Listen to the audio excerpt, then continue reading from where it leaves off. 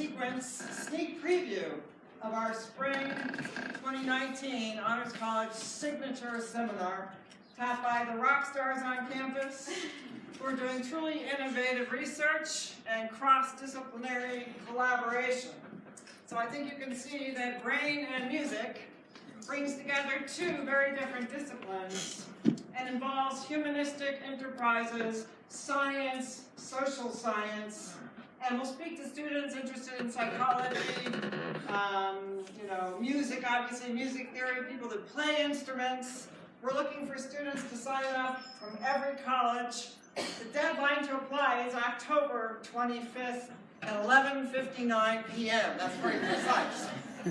So what I'm going to do is just briefly introduce our two amazing research, teaching faculty from the University of Arkansas, and I'm going to hand it over to them. So first, we have Chancellor Joe Steinmetz. Let's give him a hand.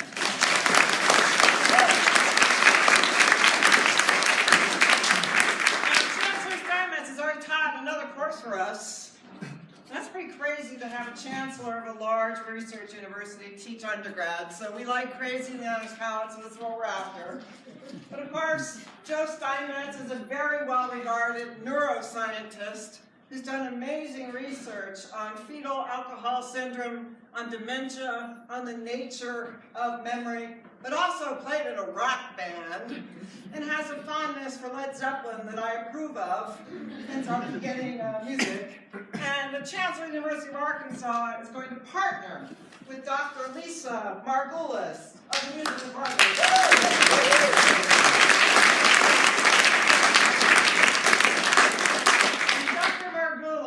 Is definitely an internationally renowned scholar of music theory, music and psychology, cognitive science, and of course the way in which music plays your brain. I love that. And a public intellectual. I just watched you on Netflix. You've been on all kinds of very famous and impressive places, both in newspaper, print, video, and also on NPR. So, wow, this is going to be an awesome course, and it's going to be super interdisciplinary and innovative. So, that's enough for me. I'm going to turn it over to Elizabeth Margulis and Joe Steinmetz.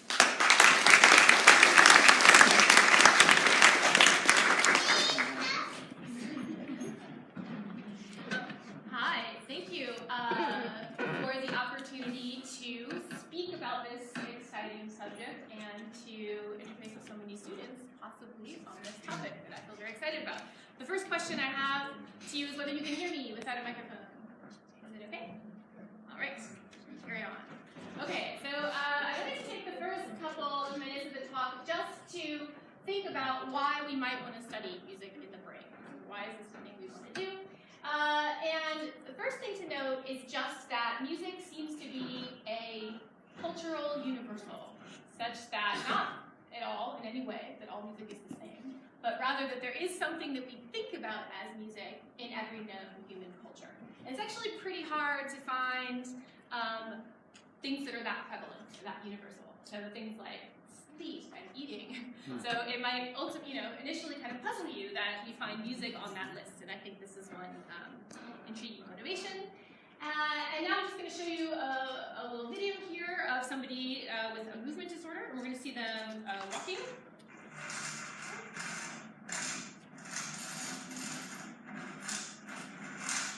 Okay, and now they're going to just turn on some tunes, and we'll watch that.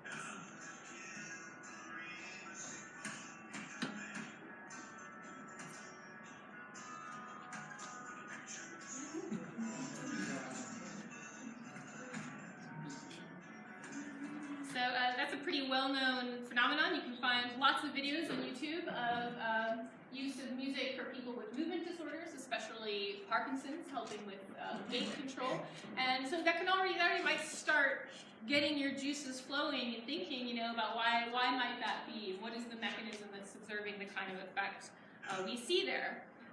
Similarly, I'm going to show you some footage now from a 2014 documentary featuring the neurologist Oliver Sacks, talking about some of the intriguing relationship we see between music and memory. And this is Henry. Inert maybe depressed, unresponsive, and almost unalive. Henry. Yeah. Henry. Yeah. I found your music. You want your music now? Okay. Let's try your music, okay? And then you tell me if it's too loud or not. Then he is given an iPod containing his favorite music.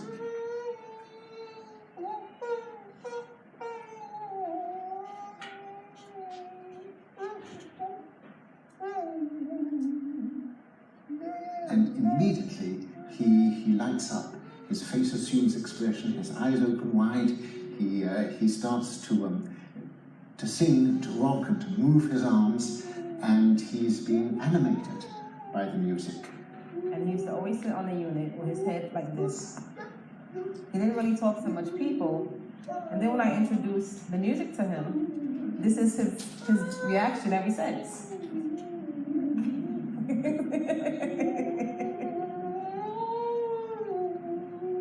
The philosopher Kant once called music the quickening art, and Henry is being quickened, he's being brought to life. Yeah. I'm going to take the music for 1 second, okay? Just to ask you a few questions.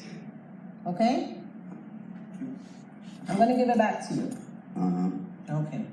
The effect of this doesn't stop, because when the headphones are taken off, Henry, normally mute and virtually unable to answer a simple yes or no questions, is quite voluble. Okay, these are really just two examples. There's all kinds of cases of people unable to speak, where there's a specific type of melodic intonation therapy that can be used to piggyback the reacquisition of these linguistic abilities on singing abilities. And so, kind of the list goes on of these applied kind of situations. But there's also kind of a fundamental, intrinsic kind of question here that has to do with, you could think about how susceptible infants are to being entranced by music. And it might make you curious, even beyond some of these potential clinical applications that I was just documenting in the last couple of videos, just about the nature of musical pleasure and what we're really doing when we spend so much time doing music. So, Mommy's going to sing you a song. You want me to sing a song, honey? Let me know how you feel about the song, okay? I don't want you to come out here no more. I beg you for mercy. You don't know how strong my weakness is, or how much it hurts me. 'Cause when you say it's over with her, I want to believe it's true. So I let you. okay, even if you don't sing to your baby, even in quite the way that this woman's doing, a lot of people do indulge in infant-directed speech, which where you kind of slow it down, you get all gooey, you've got exaggerated kind of pitch contour, you repeat yourself more, all of which can be viewed as a way of musicalizing your speech in a special way. This is something people do pretty reliably when they're interacting with tiny people, and that tiny people respond to preferentially. So these are all kinds of just observations that might make us curious about the relationship between music and the brain. So then the next big question becomes how we're going to study this. And so Chancellor Steinmetz has a few words on that subject. And I'm not going to explain that. Well, I thought I'd take just a few minutes, and this is my part of this whole lecture, so pay attention. So I became fascinated with neuroscience about 1975 or 76 as an undergraduate, and I was in a research program at the time where I began and assisted as an undergraduate in research on brain function. It was actually before a field of neuroscience was recognized and even existed. So now the Society for Neuroscience attracts about 30,000 people to the convention. I went to one in Cincinnati, Ohio in the late 70s that had about 2,500 people. So you can see the growth of this field over this period of time. But what's interesting about the field is how do you get to this kind of a diagram, which is the auditory system. This is how you process sound, and even get beyond that. So I think the first point I want to make is that this is a field that has emerged with many different levels of analysis and many people that specialize in those different levels of analysis. So I have colleagues in neuroscience that have spent really a lifetime studying one molecule that's inside one of these neurons that make up the diagram that you're looking at. I've spent a long time. I have colleagues that look at the function of individual receptors on neurons and how they function to communicate between two neurons. I have colleagues that look at the interactions of populations of neurons with other populations of neurons in the brain and how one area can affect another. That's actually the area of level of analysis I had when I was in a real job instead of chancellor. I was really a faculty member and a researcher. So that was the level of analysis. I was interested in how one area of the brain communicated with another to produce things like memory, produce learning, produce movement, and other things that we take for granted. And then the field has actually emerged in a new direction that happened just the last 10 or 15 years, and that's a direction towards a real shot at doing a more cognitive analysis, and more importantly, a computational analysis of what's actually going on in the brain. And I'll make one statement: the brain is not a computer, so you'll never hear that from me and abolish that notion. It isn't one, because we don't have a computer that's that good at processing. So it's this massive organ that we know very little about relative to the rest of the body organs that we actually have. There's a variety of techniques also that go with all of these levels of analysis, everything from biochemistry to cell biology and molecular biology to physiology and anatomy. All of these have, in pharmacology, all of these have been applied, I think, to the analysis of brain function to actually determine how you get a map like this of even the most basic function in the brain. This happens to be sensory processing. So again, I studied in my career what generally would be called brain plasticity, and that's how you change, how the brain changes function as you either do normal development, which is perhaps the epitome of change of function and brain plasticity, particularly when you're looking at growth in right after birth to 6 or 7 years of age. But also we go through this incredible ability to learn and remember things. And it's a very complicated process, but nonetheless interesting, because we don't really understand how brain cells change and how populations of neurons actually encode what we normally know as memory. And so superimposed on this is also a career spent in looking at clinical pathologies, and this is pathology of something goes wrong in the brain. So what happens and what causes those kinds of pathologies? And most people are aware of problems that exist when certain areas of the brain don't function correctly. But really, the more problems that we see in clinical disorders occur when there's a lack of communication between areas that normally function very well together. And so a great example of this that comes to mind is if we look at motor systems itself and dysfunctions in motor system. So we have all kinds of disorders, everything from fine movement control to lack of and you saw that in some of the videos, of even a lack of ability to walk properly, etc., which is a difference than being able to do something like this versus just walk across the floor. Sometimes that pathology is caused because we know of disorders in certain brain areas, but often it's caused because two areas don't communicate like they used to, so they're out of sync. And that's made a complication, if you will, in the analysis in brain science in a way, because that's harder to study than it is if you can pinpoint and say those neurons are dysfunctional right there in the brain and that's causing the problem. So pathologies that I've studied in the past include fetal alcohol syndrome.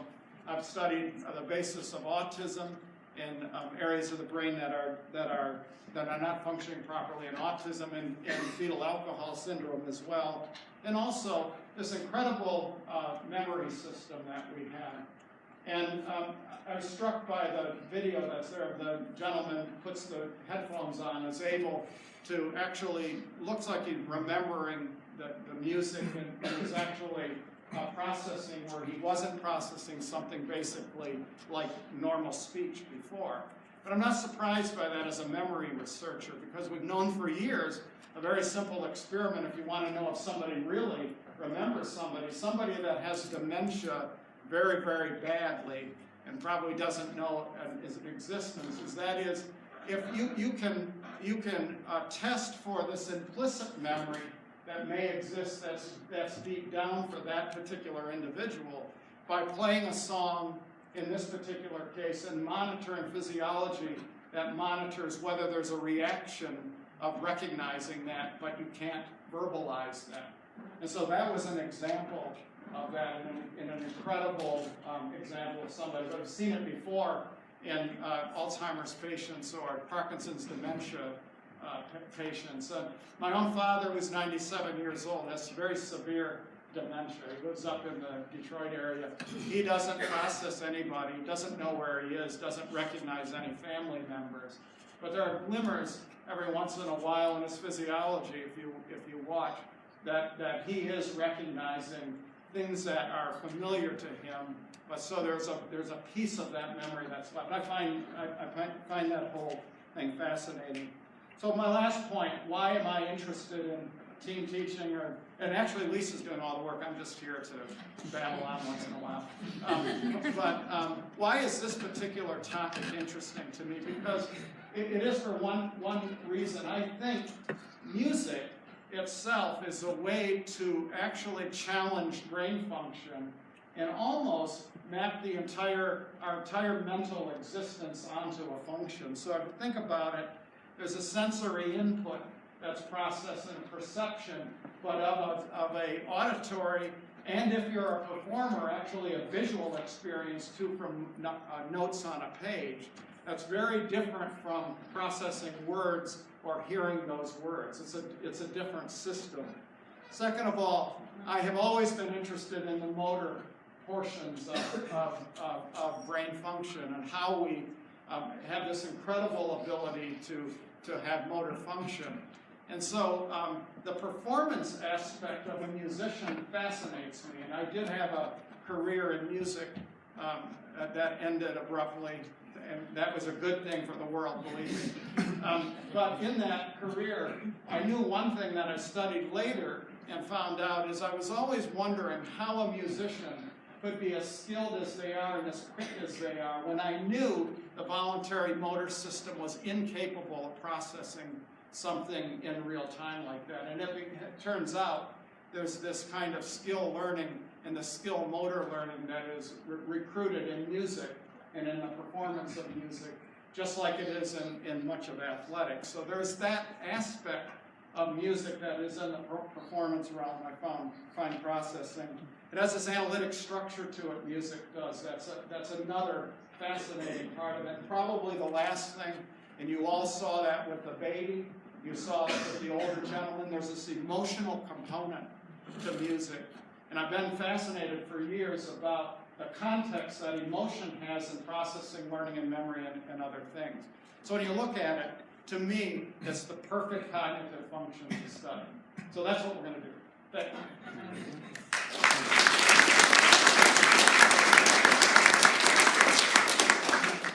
Yeah, so just to follow up on that with an example, this diagram might look a little dry, but if you think about it, it's sort of just giving an overview of this architecture that goes from sound, which is just vibrating columns of air, to something that might, end up being you and your friends having this, life-changing night at George's, and so that whole, how the one thing becomes the other thing is inherently pretty fascinating, and you can, look at, for example, neurons in the brainstem that are locking in phase, they're firing in phase with certain aspects of the sound you're hearing, like the frequency of the pitch, right? And see that people who've had musical training, who've done a lot of this, are actually tracking that better at that level. And then that starts to be a mechanism that can help you understand why you might see some benefits for example, in early literacy and so forth with kids who might have had the benefit of music lessons. And so just getting at these kind of mechanistic explanations for these really large phenomena, I think, is really tantalizing and exciting. And just because the word auditory is here, I thought I needed to show this caveat video that many of you, if you've taken first year psychology, have already seen. So forgive me for that if that's true, but I need you to do one thing for me, which is just look right at this gentleman's mouth. Just look at his face. That person. And tell me what you hear him saying. Ba ba ba ba ba ba. What do you think he said? No. See, who heard ba? Raise your hand if you heard ba. Raise your hand if you heard da. Oh, interesting. Okay, and now if you close your eyes, right? So close your eyes, and this is what it says. Ba ba ba ba ba ba. Now what do you hear him say? Saying ba, right? So this is actually a tricky thing that lots of people do in music research as well, where you superimpose the video of one thing, such as somebody playing really unemotionally and deadpan, with the sound from something else, which is somebody playing really emotionally.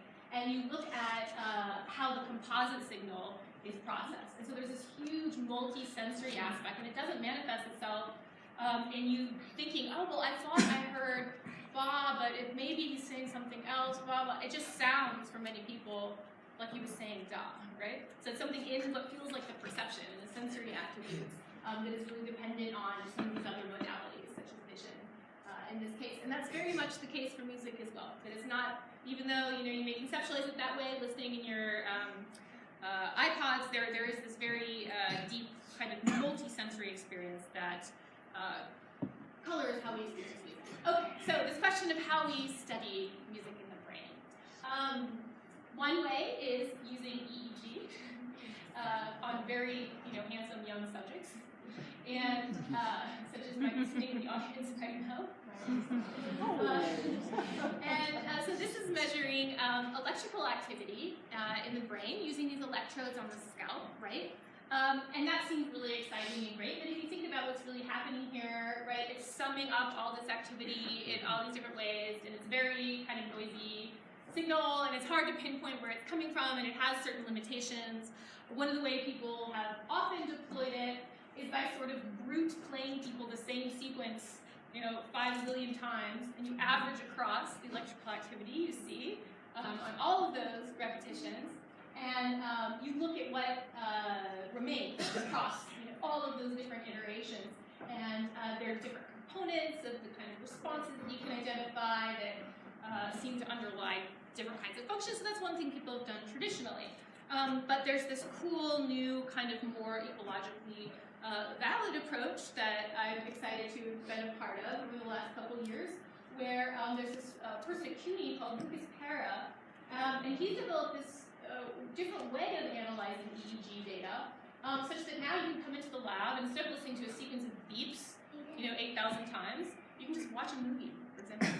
So here's a study where people came in and they just watched a movie. And what happens is now you have this whole readout of their EEG signal across the course of that entire watching. And instead of correlating it with watching that movie 8,000 times, you correlate it with everybody else's EEG signal while they were watching the movie. And now you can measure the inter-subject correlation. So you can look at the times when the responses people were having, as measured by this system, are the same. And these are moments that happen at kind of the places you might expect in the movie. So places where, for instance, a weapon is deployed at the camera, and you can imagine that there might be something engrossing and engaging and causing you to sort of pay attention at that moment. And so we've been able to take that and adapt the methodology to think about musical engagement, which is really cool because, as the Chancellor was saying, this is now an implicit measure of this kind of response. You don't have to ask someone, like, are you engaged at this point? You can just have them sit and enjoy the music and kind of look at what's happening. So here's just a little example. It starts 5 seconds in, please. Not that engaging. More engaging. And you can just track this and ask yourself all kinds of cool questions about the kinds of things that are happening in the music and the kinds of things that are happening in a listener's background that tend to lead to these engaged kind of experiences. And there are even labs in a couple places throughout the world that have entire concert halls wired to do this. So not only here you see a string quartet where 2 of them are wearing EEG caps and 2 of them are using a motion capture system where you can track really carefully what's happening, where they're moving and how their head's moving and their wrists and so forth. And then there's cool interactions possible with composers, where composers change the music they're making based on what these readouts are. And then even on top of that, there's a whole audience, and all the seats have these systems there to measure precisely these things as well, and including iPads that have like continuous response kind of measures that you can take. And so there's one in Frankfurt, one in Hamilton, Ontario, Canada. And so there's just these very cool new possibilities that are opening up.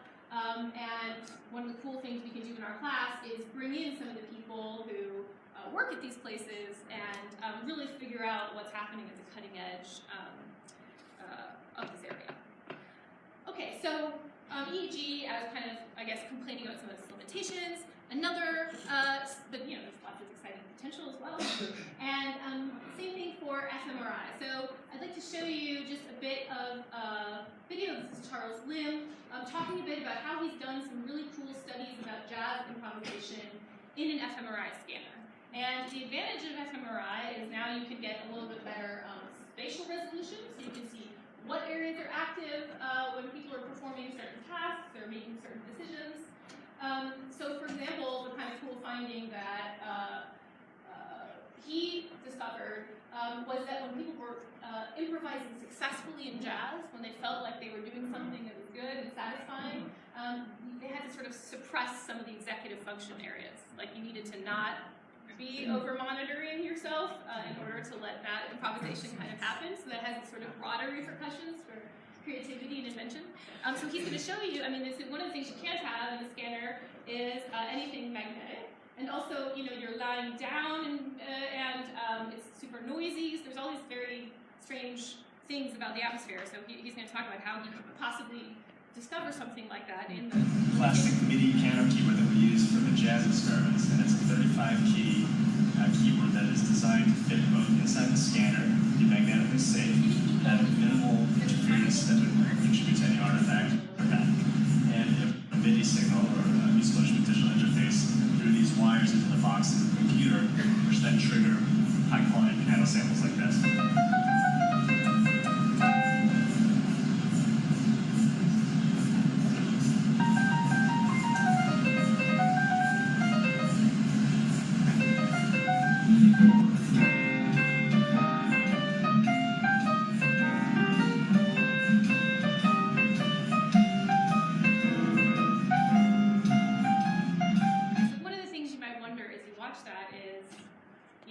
Is this really a great way of tapping into what real musical performances are like, right? They're a lot, and you're not even hearing kind of the crazy noise thing that's happening at intervals inside the scanner as well. So, and those are the kinds of questions we're going to think a lot about in the class, is like, when we interpret these findings, when we design the studies, what can we do to kind of negotiate some of those challenges? So to talk a little bit about the kinds of questions you can ask using neuroimaging, and specifically fMRI, I'm going to just talk briefly about 2 studies that I've been involved with. One that's about expert performers, so people who are professional violinists, or people who are professional flute players. So since the time they were really little, they've spent a bunch of time acquiring expertise. Well, expertise is many forms, but one form is just a special expertise with a certain timbre. By timbre, I just mean what makes the violin sound different from the flute. It's that sound of that instrument.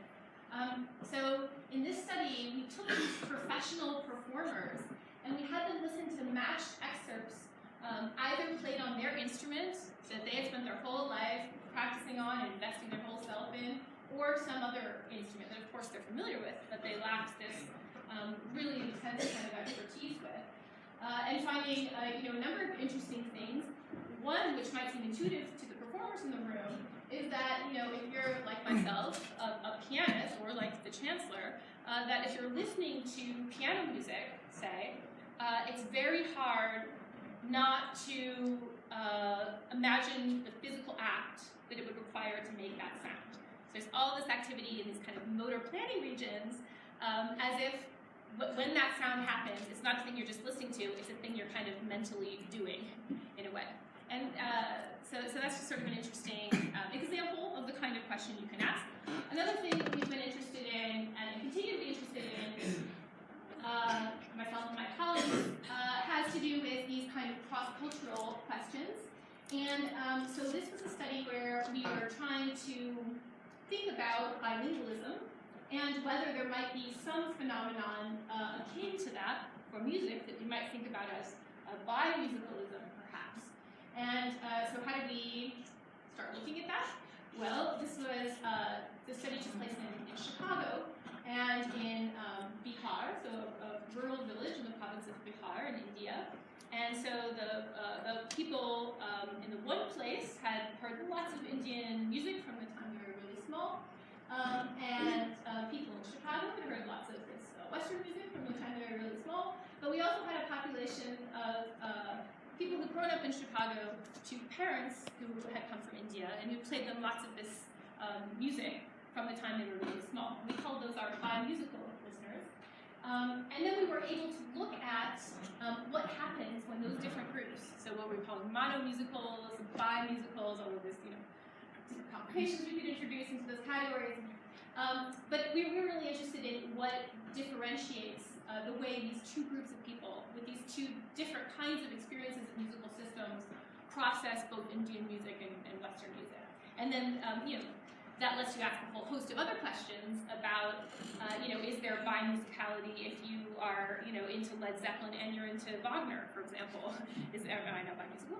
And so there's just a whole host of these kinds of questions, and that really mirrors a trend in music neuroscience, which is using the comparative case of language and trying to think about music processing by using the frames what we know about how people process speech. Okay, so we've talked about EEG, we've talked about fMRI. People also use case studies sometimes, which is looking, so there are a bunch of them chronicled in this Oliver Sacks book, where there's people who got struck by lightning and suddenly all they want to do is play the piano, or something happened to them and now, and so I'll play you could look at people who have really special musical deficits, where completely use, so there's like anhedonia, where you're unable to experience pleasure from music, or various kinds of things where you can no longer recognize the pieces that you're hearing, yet you can still have this emotional sensibility that's associated with them. So there's a whole constellation of these kinds of circumstances where looking at kind of what goes awry can help you understand something about even ordinary brain function.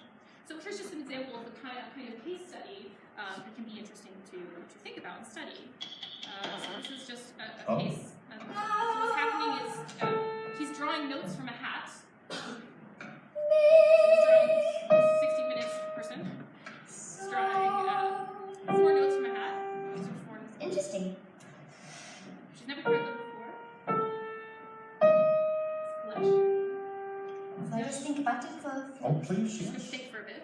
We're gonna fast forward the thinking, and then she's going to improvise based on For those me, 4 the notes that she most just been provided.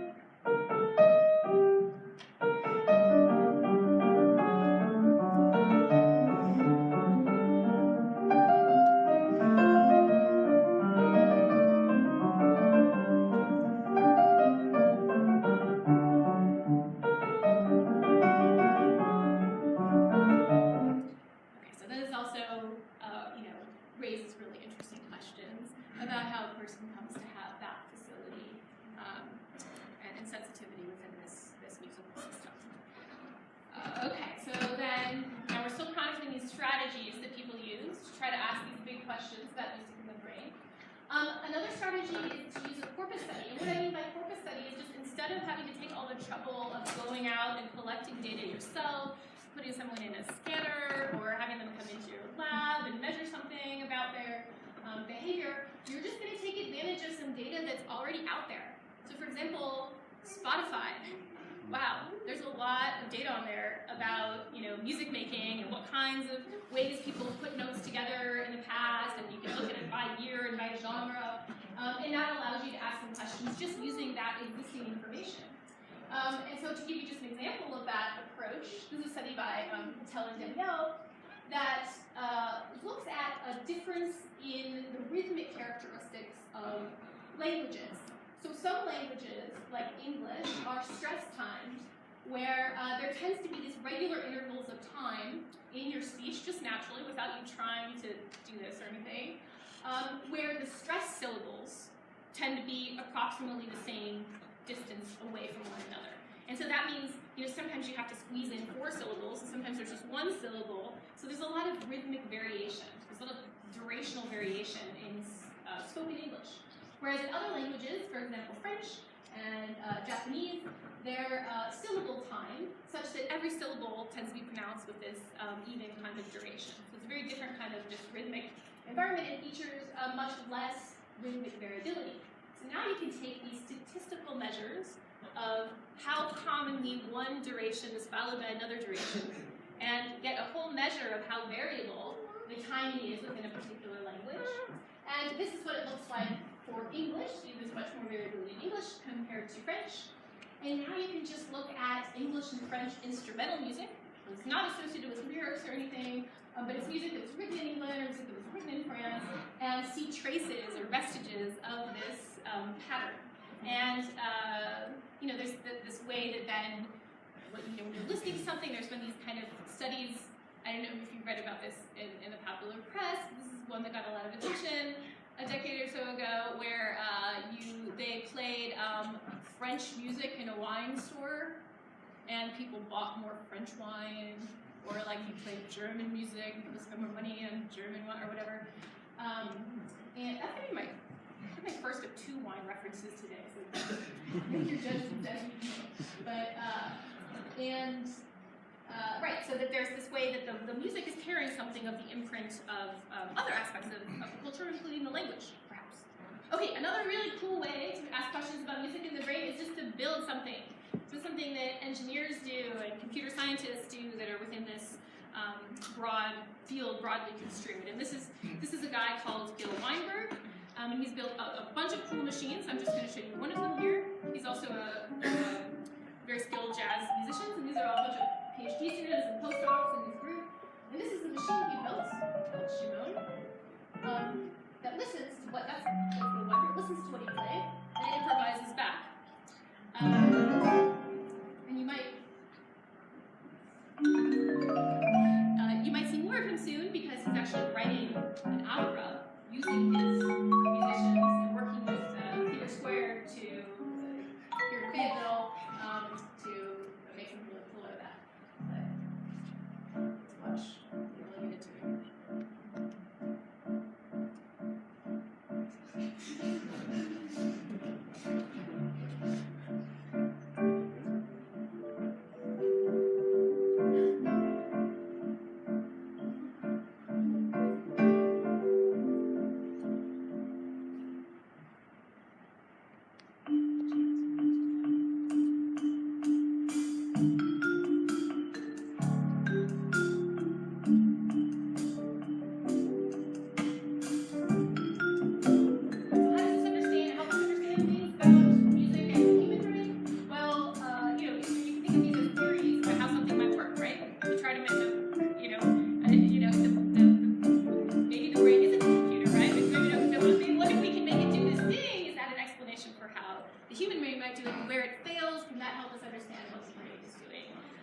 Differently.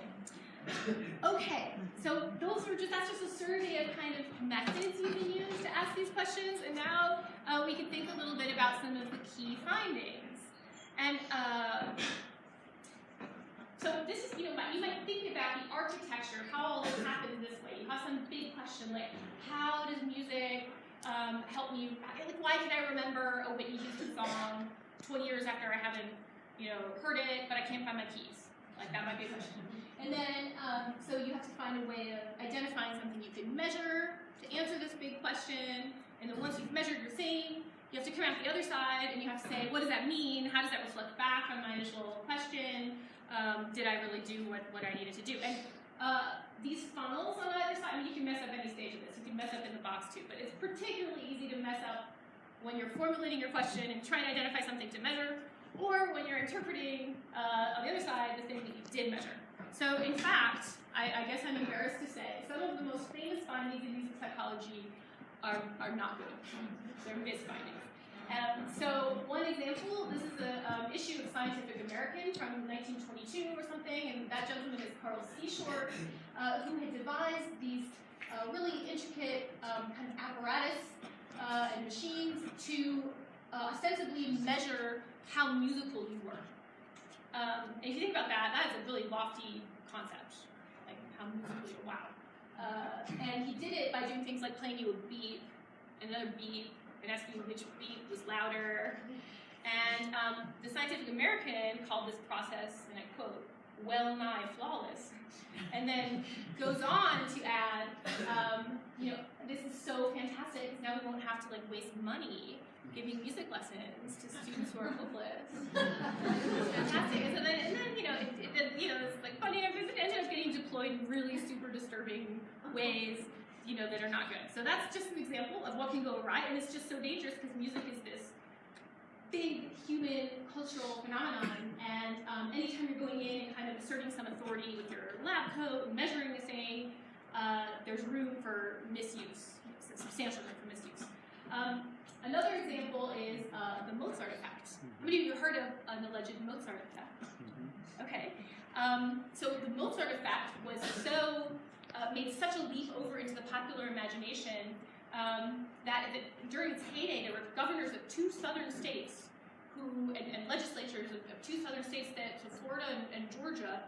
One of them passed legislation that to have accreditation as a daycare center, you needed to play X amount of music, classical music, every day.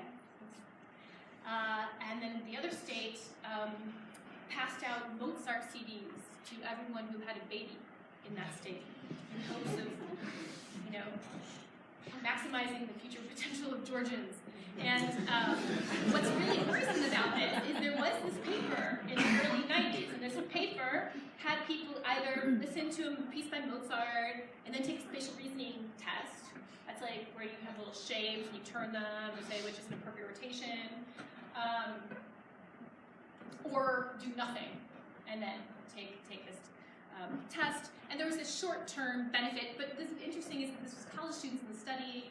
I don't really understand where the baby part came from, but it really, I mean, I do kind of. It was just playing on this cultural, existing kind of bias that people had that there's something magic and like numeric and something mathematical or something about Mozart especially, and so it was just, you know, it was hard to think rigorously about the actual manipulations used when you had this whole assumption about how things are working.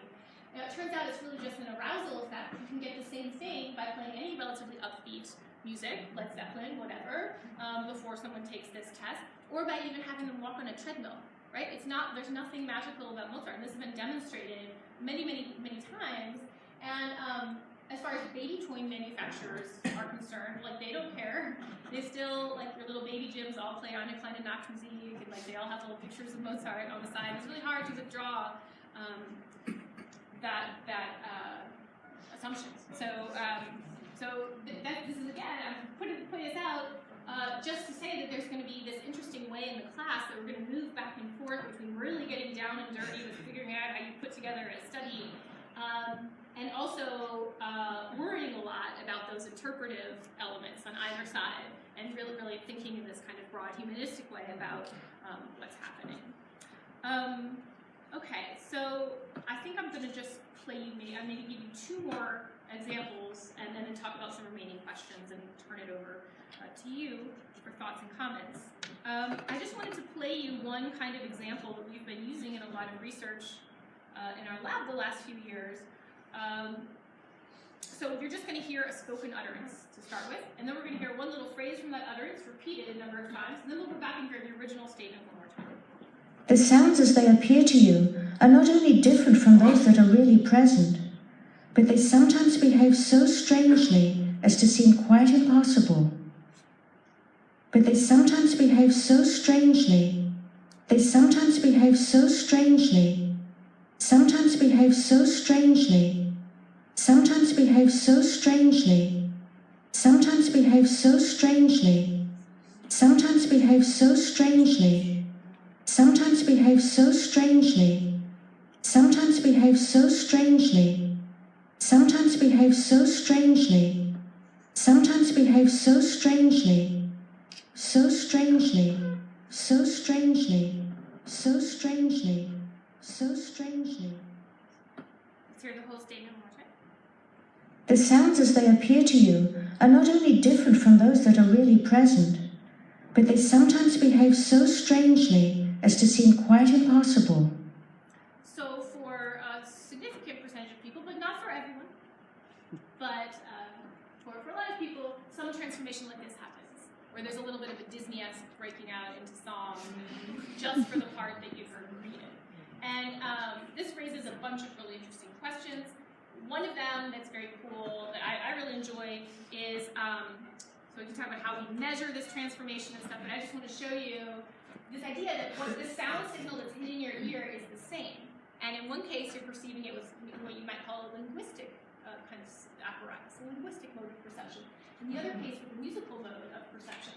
And by exploiting this transformation, you can both introspect about and study what this musical mode of listening might entail, which is really exciting, because that's a hard question to ask or even to think about when just music is just that thing over there and it's music.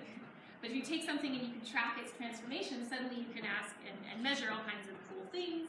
You can take various utterances that do transform and don't transform the song and measure little things about the way people detect temporal patterns in them and so forth to try to understand what we do when we listen to something as music. And the other huge associated question here is why repetition?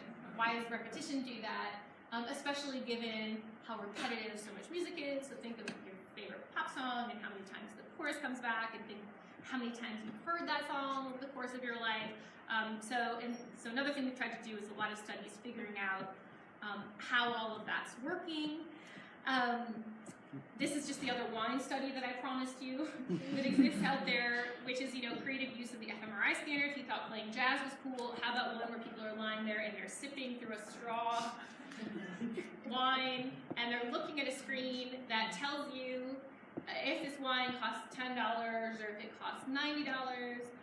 Even if it's the same wine, people think the one that costs $90 tastes a lot better. And then you can see sort of that reflected in their brain activity. So we had an honors undergraduate thesis here who did the same thing, but with pairs of musical performances. And what's really cool about this is when you're listening to this excerpt, it's pretty long, it's 70 seconds, and you're just told beforehand either that it's performed by a world-renowned professional pianist, so this is like our $90 bottle of wine, or that it's by a conservatory student of piano, just like our $10 bottle of wine. But you can use the same, performance, and then ask people to tell you which they prefer. And so not only do they tend to tell you they prefer the one that they thought was performed by a world-renowned professional, but now you can track not only what happens in the brain while they're, forming that anticipation, and then while they're listening, but look at how that the time course of that across 70 seconds, which is a lot of time for the actual perceptual information to override the bias that you've been given. But that's not actually the way it works. You see the kind of reward circuitry already starting when you tell them it's going to be professional, increasing, and then maxing out around 30 seconds and staying pretty stable. So it's just this frame that doesn't allow you really to shift very easily. So for the people who were able to resist our the bias we presented, and for example, decide they preferred the student performance, or they thought that the professional was not as good. You see them working at that, using these sort of executive control regions and having to really stubbornly kind of force themselves to hear something in a different way. And this might help us think about that famous Washington Post Joshua Bell kind of shenanigans, where they took this very famous violinist who people paid all kinds of hundreds of dollars to listen to in Carnegie Hall, and they just put him in the subway, and like no one cared. It was like this really video of him playing there, and I was just walking by, and there's a little kid that's like, oh hey, and the parents like, come on. And so there's just this idea that context really affects the sound. Even though the same kind of sound of the violin might make you weep, you just think, wow, that timbre, the way he puts his hand on that instrument is so beautiful and amazing, but you just do the same thing in a different setting, and it's not having that effect. So that's something really interesting that we can study. Okay, so other cool things that we'll talk about in the class. I'm going to end with just posing a few questions that people in this area of study are really engaged with right now. One is, what's the biology underlying this tight relationship between rhythm and movement? So going back to what we saw in that initial video with the gentleman with the movement disorder, and how can it be harnessed to aid human health? How does music trigger earworms, aid rote memorization, and conjure up vivid autobiographical memories? So that's like the second gentleman we saw, Henry, right? Having this cascade of kind of reminiscences from listening to music. What new interfaces can permit broader and deeper engagement with music? So let's say, we're not done with music. Let's say there's all kinds of other cool things we could do with music, harnessing these tools and technologies. And there's really cool collaborations between Google and research institutes and all those people working together to try to develop new ways to help people make music and to help people experience music. And then this big question that we've kind of tried to get at a bit with some of that use of that speech-to-song illusion, and that is really, what is musicality? And who has it? And this is, one of the famous kind of recent discoveries in this regard has to do with the first non-human animal who can synchronize to a beat. Snowball. So let's watch Snowball do this thing.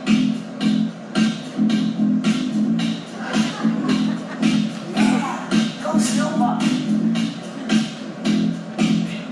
So people use these kind of cross-species studies to try to get at this question. Okay, so yes, and you can watch videos where they change the tempo around and watch them try to catch, kind of what's happening. Okay, but the Backstreet Boys are like that. Here's what we're going to do in Brain and Music. We're going to try to figure out how to design experiments that address a complex cultural phenomenon. And as we saw, that can be hard, and you can make mistakes. And so that's just going to be really interesting kind of enterprise. We're going to try to figure out and identify ways that cannot go well. We're going to learn what's been done. Like, that is true. When you are done with this class, you will know what people know about music neuroscience, for sure.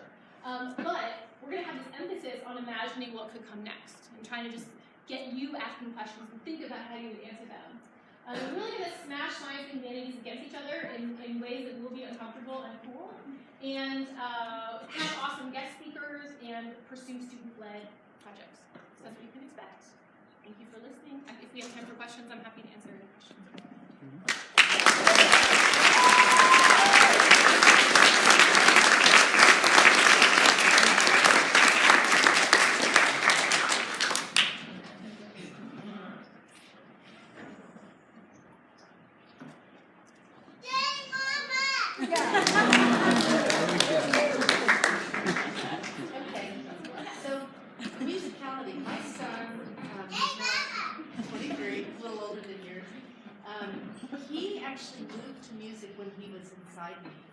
And after he was born, he would notice things like the refrigerator flipping on and stuff. We couldn't go see movies with him when he was little because it was too overwhelming for him. And now he's a musician and composer, guitar player. So, I'm interested in that whole question of musicality and how, we just observed him and noticed that he seemed to be really attuned to sound. That, have there been studies done? I saw that one of your kids was wired up with EEG monitor. Is there a way to measure that propensity, that gift? That's such a wonderful question. Okay, so maybe two parts. One, the first part is just this idea that actually a fetus can experience a lot of sound. There's a lot of sound happening in that world, which is why you can't ask some of these questions about what people just come into the world with by looking even at very tiny infants, because they already heard us talking and they heard the music we were playing, and they're not little infant musical blank slates. So that makes things harder, but it's interesting. And then the second is this thing about that is a big question in music perception research, because if you think about linguistic ability, it seems like it's pretty evenly shared. Right? You have Hemingways or whatever, right? You might think of those people as really specially good with language, but it's very widespread that people can have both perceive speech and produce it, speak in their language, right? Whereas in contemporary culture in the States, anyway, it's very common to be able to listen to music and enjoy music, but it's relatively less common to play it, right? So there's that weird asymmetrical distribution that's interesting and allows for interesting studies of comparing kind of people with those different kinds of training and ability. But there also maybe is this interesting difference in just basic elements of how people perceive music, regardless of training. So one fundamental example has to do with how you perceive pitch. And so pitch is, you just think about it as how high or low a note is, or like, is this a C or is this an F kind of a question. And there's some subset of people that have what's called absolute pitch. And that's your friend who can listen to or maybe your son, I don't know, who can listen to the vacuum cleaner and tell you that the vacuum cleaner is cleaning on an F sharp. Right? Whereas many people, even who have really advanced degrees in music and are truly expert performers, have really excellent relative pitch, which is like, if I play you a C and I tell you that's a C, like that's a C, then I can play something else and you'll know what that is. But you have to like hear it relationally. You don't just in the beginning know kind of which pitch it is. And Diana Deutsch, who was the voice we heard in the speech-to-song illusion there earlier, uses this great analogy to talk about that. She's like, think how weird color perception would be if I showed you a piece of paper of a certain color and I asked you, you know, what color is this? And you said, I don't know, but show me what green looks like. And like then I'll be able to tell what color that is, right? And that's similar to what we do with pitch. So the vast majority of people use relative pitch and hear relationally. And that's strange, and why do we do that? Why do some people have absolute pitch? And yes, that is absolutely a topic of, you know, vigorous study in the music and the brain community. Yes. Is there a relationship between having a musical training and being able to learn a new language after like the critical period of learning language? Yeah, great question. So that's another topic that people are really into studying, both in terms of foreign language learning and in terms of kids learning to read. So I guess I alluded earlier to this thing about the way you're tracking pitch at these very kind of fundamental levels that can be valuable and affected by training and potentially underlie some of the benefits that you see supposedly for people of musical training with reading abilities. But if you imagine how those studies are actually run, you can think about how hard it is to really do it really well. Because typically kids who've had the benefit of music lessons have had all kinds of other benefits as well. And so it's really hard to isolate you know, the effect of music training as opposed to being in the kind of household where the parents seek out musical training. And there are various ways people have tried to deal with that, but it's really, really tricky. And as for the language learning thing, yes, and in fact there's been this research that is, you know, it goes back and forth, people think about it in different ways, but that hasn't stopped some commercial applications from seizing on that. So you can find all kinds of hilarious language learning like systems that like sing to you, and you know, so if you want to go down an internet portal, it's pretty terrifying. Do that. Yeah. Is there a correlation between studying music and then taking an exam with that same music? Great question. So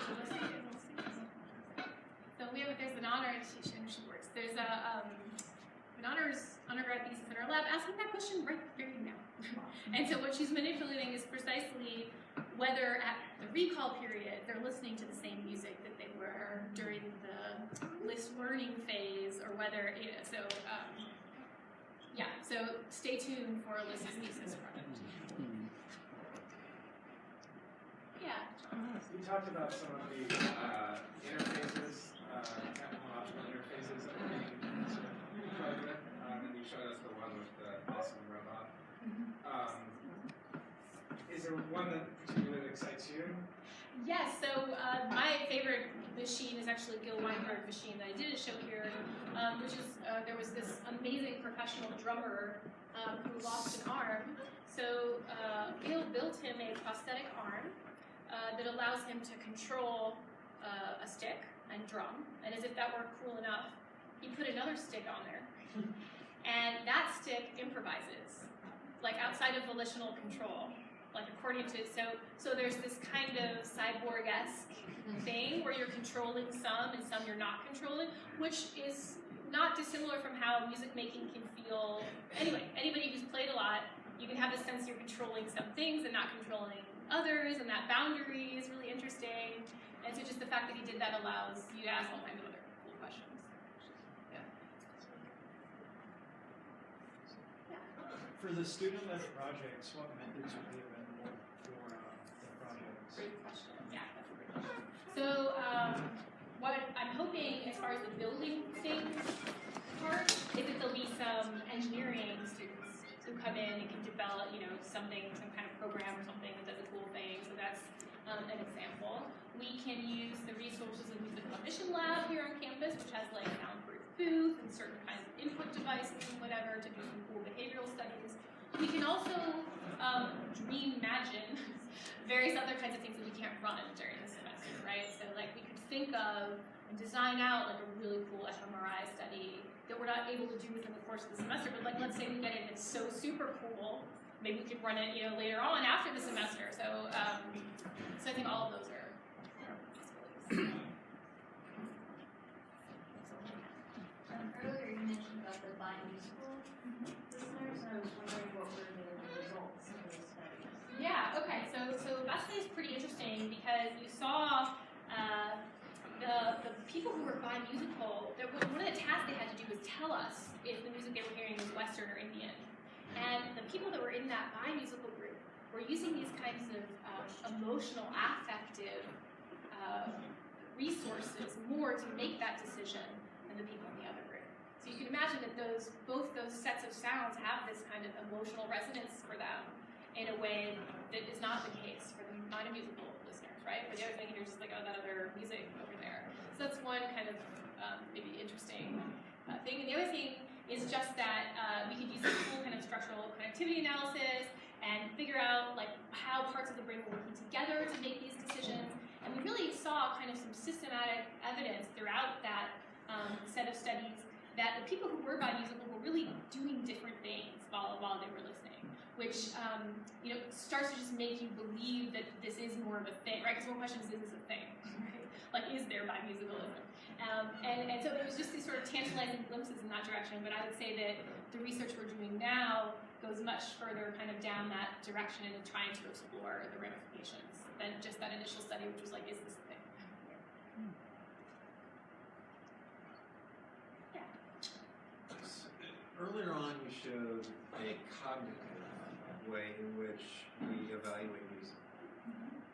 Is there an emotional way? In other words, if we're happy, do we like or gravitate towards a certain kind of music as opposed to sad, as opposed to, or perception of the quality of the music depending on our emotional state? Yeah, great question. And that is kind of a holy grail in music perception research. And I actually always feel really bad about that day when I teach this class because, there are such big questions to be answered there. The research on music and emotion so far, I think mostly disappoints students when they get there because a lot of just the basic definitional things, and this is an issue with work about cognitive science and emotion overall, is sometimes it's hard, you're reduced sometimes to thinking about happy and sad in ways that don't really get at the kind of deep, complex affective experiences we have of music. I mean, we know a lot. There's been a lot of studies, huge books on music and emotion in the brain, and there's a lot of research.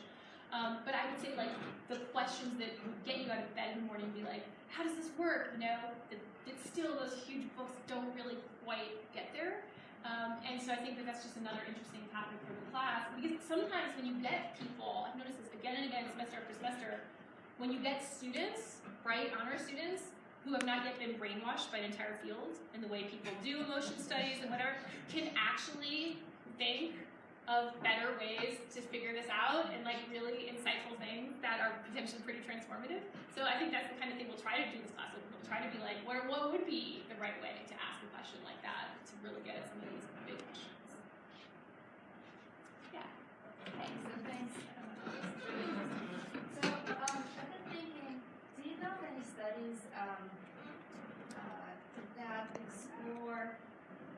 musical or auditory imagination. So I'm interested in imagination, right? And I also know about studies of visualization and imagination. Because I'm wondering if there are people who might not have musical training, but who might be able to sort of auditorily imagine a piece of music, but they're not able to execute it. Absolutely, yes. That's a really wonderful question. So there's a really cool, one way of speaking about earworms actually is to call them involuntary musical imagery. It's like you didn't want this to happen, yet you are imagining a sequence of sounds. And then there's also the thing where you sit down and you try to actually conjure up what a particular song sounds like. And we know actually a lot of interesting things about that. One thing we know is that people are really good and faithful to the exact sound sequences. So like if you measure the duration that they imagine a phrase happening, it's really close to the actual duration that really takes out in the real world. Or you ask people to sing you Hotel California, and even though they don't have perfect pitch, which is that thing I talked about earlier that some people have, or they know the vacuum cleaners and F sharp, so they don't have that, they'll still sing you Hotel California. Pretty much they'll start that out like within a semitone or so of the right pitch. So there's some enhanced pitch memory and ability to conjure up that auditory image. And people can also, did you watch The Simpsons when you were little? So people can also,